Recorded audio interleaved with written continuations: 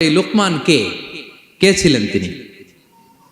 লোকমান আলাইহিস সালাম আল্লাহর প্রিয় ভাজন একজন ব্যক্তি ছিলেন, খুব বিজ্ঞ একজন মানুষ ছিলেন, খুব জ্ঞানী প্রাজ্ঞ একজন ব্যক্তিত্ব ছিলেন। দেখতে উনি কালো ছিলেন, কুৎসিত, চামড়াটা কি ছিল? কালো, ব্ল্যাক। তার মানে ব্ল্যাক হইলেই কাউকে ছোট করা যাবে না। সাইয়েদনা লোকমান আল হাকিম কুৎসিত বর্ণের একজন মানুষ ছিলেন, খাটো একজন মানুষ ছিলেন। কোথায় থাকতেন? মিশর, সুদান, ইথিওপিয়া, যেটা আগের নাম ছিল হাবাসা, এই রিজিয়নে। কেউ কেউ বলেছেন মিশরের কোন একটা এলাকায়, কেউ সুদান, কেউ ইথিওপিয়া। তো রিজিয়নটা কাছাকাছি। কি করতেন? কোন কোন মুফাসসির বলেন তিনি দর্জি ছিলেন, দর্জি। কেউ কেউ বলেন তিনি ছিলেন কানা নাজ্জারান, নাজ্জার মানে কাঠমিস্ত্রি ছিলেন। আবার কোন কোন মুফাসসির বলেন তিনি ছিলেন রাইল গানাম, মেষ পালক। বেশিরভাগ তাফসিরে এসেছে তিনি মেষ পালক ছিলেন, ছাগল চড়াতেন, যেটা নবীদের পেশা ছিল, দায়িত্ব ছিল। ওনারা ছাগল চড়াতেন শুরুর দিকে। তো লোকমান হাকিম তিনিও ছাগল চড়াতেন এবং তিনি দাস ছিলেন, মুক্ত জীবন তার ছিল না। তিনি একজন মনিবের আন্ডারে তার ছাগলগুলো মরুভূমিতে যেয়ে কি করতেন?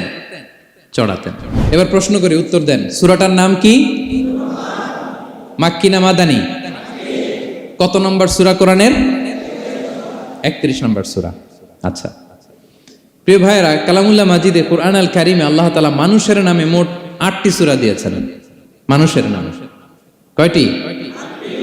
এর মধ্যে 6টি সূরা 6 জন নবীর নামে। 6টি সূরা 6 জন।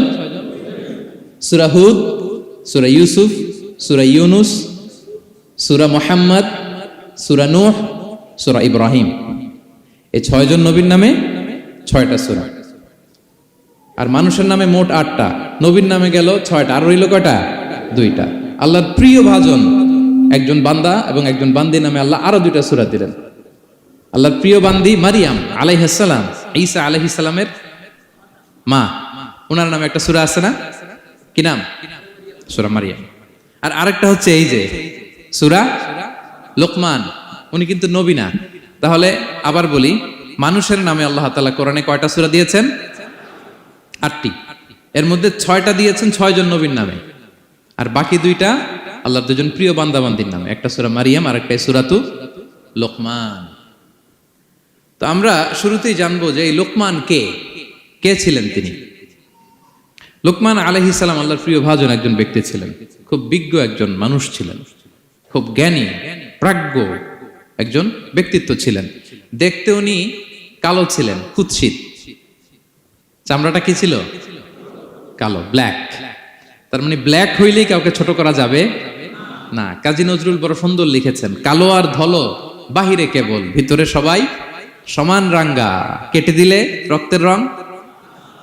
যে কালো রঙের তার রক্ত, যে ধবধবে সাদা তার রক্ত লাল। তাহলে ব্ল্যাক হইলেই কাউকে ছোট করা চলবে না। সাইয়েদনা লোকমান আল হাকিম কুৎসিত বর্ণের একজন মানুষ ছিলেন, খাটো একজন মানুষ ছিলেন। কোথায় থাকতেন? মিশর, সুদান, ইথিওপিয়া, যেটা আগের নাম ছিল হাবাসা, এই রিজিয়নে। কেউ কেউ বলেছেন মিশরের কোন একটা এলাকায়, কেউ সুদান, কেউ ইথিওপিয়া। তো রিজিয়নটা কাছাকাছি। কি করতেন? কোন কোন মুফাসসির বলেন তিনি দর্জি ছিলেন, দর্জি। কেউ কেউ বলেন তিনি ছিলেন কানা নাজ্জারান, নাজ্জার মানে কাঠমিস্ত্রি ছিলেন। আবার কোন কোন মুফাসসির বলেন তিনি ছিলেন রাইল গানাম, মেষ পালক। বেশিরভাগ তাফসিরে এসেছে তিনি মেষ পালক ছিলেন, ছাগল চড়াতেন, যেটা নবীদের পেশা ছিল, দায়িত্ব ছিল। ওনারা ছাগল চড়াতেন শুরুর দিকে। তো লোকমান হাকিম তিনিও ছাগল চড়াতেন এবং তিনি দাস ছিলেন, মুক্ত জীবন তার ছিল না। তিনি একজন মনিবের আন্ডারে তার ছাগলগুলো মরুভূমিতে যেয়ে কি করতেন? চড়াতেন। মজার ব্যাপার হচ্ছে, সারা দুপুর, সারা বিকেল, সারা দিন ছাগল চড়িয়ে আসার পরে লোকমান যখন বাসায় ফিরে আসতো, তখন এলাকার লোকজন সবাই লোকমানের কাছে জড়ো হতো, আর উনি তাদেরকে তার প্রজ্ঞা, তার বিজ্ঞচিত কথাগুলো শেয়ার করতেন, শোনাতেন, এগুলো বলতেন। তো এগুলো দেখে লোকমানের মালিক অবাক, কিরে আমার কাছে এলাকার কেউ আসে না, কিন্তু আমার দাস দেখতে কুৎসিত কালো, এই লোকমানের কাছে সবাই এসে ঘিরে থাকে, কি ওর কাছে কি পায়, কি আছে ওর কাছে? তো শ্রোতাদের কয়েকজনকে ডেকে বলল ঘটনা কি? তোমরা সবাই লুকমান সন্ধ্যাবেলায় ফিরে আসলে তার পাশে জড়ো হও কেন, কি পাও? তো তারা বলল, আপনার দাস লুকমান, এটা সে সাধারণ কোনো মানুষ নয়, সে অসাধারণ মানুষ। সে এমন কথা বলে, এগুলো শুনলে জীবন পাল্টে যায়। সুবহানাল্লাহ বিহামদিহি। মালিক বলে, ঘটনা কি? আমি ওর মালিক, কই কোনোদিন তো এরকম ওর সাথে কোনো কনভারসেশনে যাই নাই, কথা হয় না, আমি তো শুনি নাই, দেখি আজকে চেক করে দেখি কি ওর এত বিজ্ঞতা, এত জ্ঞান, এত প্রাজ্ঞতা কিসের দেখি। তো আজকে সন্ধ্যাবেলায় ফিরছে, উনি বলতেছে, ইয়া লোকমান ইযবাহ লানা শাতান, একটা ছাগল জবাই করো, ওয়া আখরিজ মিনহা আতিয়াবা মুদগাতাইন, এবার এই ছাগলের সবচেয়ে শ্রেষ্ঠ দুইটা অঙ্গ কেটে নিয়ে আসো, যাও। ফাআখরাজাল লিসানা ওয়াল কলব, লোকমান যে ছাগল জবাই করে ছাগলের জিহ্বাটা আর কলব, হার্ট, এই দুইটা কেটে নিয়ে আসছে, বলতেছে এই দুইটা শ্রেষ্ঠ। বলছে আচ্ছা ঠিক আছে। মালিক আবার বলল, ওয়াযবাহ লানা শাতান উখরা ইয়া লোকমান, যাও আরেকটা জবাই করো, ওয়া আখরিজ মিনহা আখবাসা মুদগাতাইন, এবার সবচেয়ে নিকৃষ্ট দুইটা অঙ্গ ছাগলের কেটে নিয়ে আসো, যাও দেখি তো। ফাআখরাজাল লিসানা ওয়াল কলব, সে আরেকটা ছাগল জবাই করে আবার জিহ্বা আর হার্ট, কলব কেটে নিয়ে আসছে, বলছে এই যে এটা সবচেয়ে নিকৃষ্ট। তো মালিক বলে, মা হাযা ইয়া লোকমান, মা লাকা ইয়া লোকমান, ঘটনা কি লোকমান? শ্রেষ্ঠ দুইটা অঙ্গ কাটতে বললাম, জিহ্বার কলিজা হৃদয় কেটে নিয়ে আসলা, বললাম সবচেয়ে নিকৃষ্ট দুইটা অঙ্গ কাটো, আবার জিহ্বার এটা কেটে নিয়ে আসলা। তো লোকমান বলতেছে, জিহ্বা আর হৃদয় যদি শ্রেষ্ঠ হয়, কলব যদি শ্রেষ্ঠ হয়, এর চেয়ে শ্রেষ্ঠ অঙ্গ আর হতে পারে না। আর জিহ্বা আর কলব যদি খারাপ হয়, মানুষের মুখ আর হৃদয় যদি খারাপ হয়, এর চেয়ে নিকৃষ্ট অঙ্গ আর হতে পারে না। সে তো অবাক, তাই তো?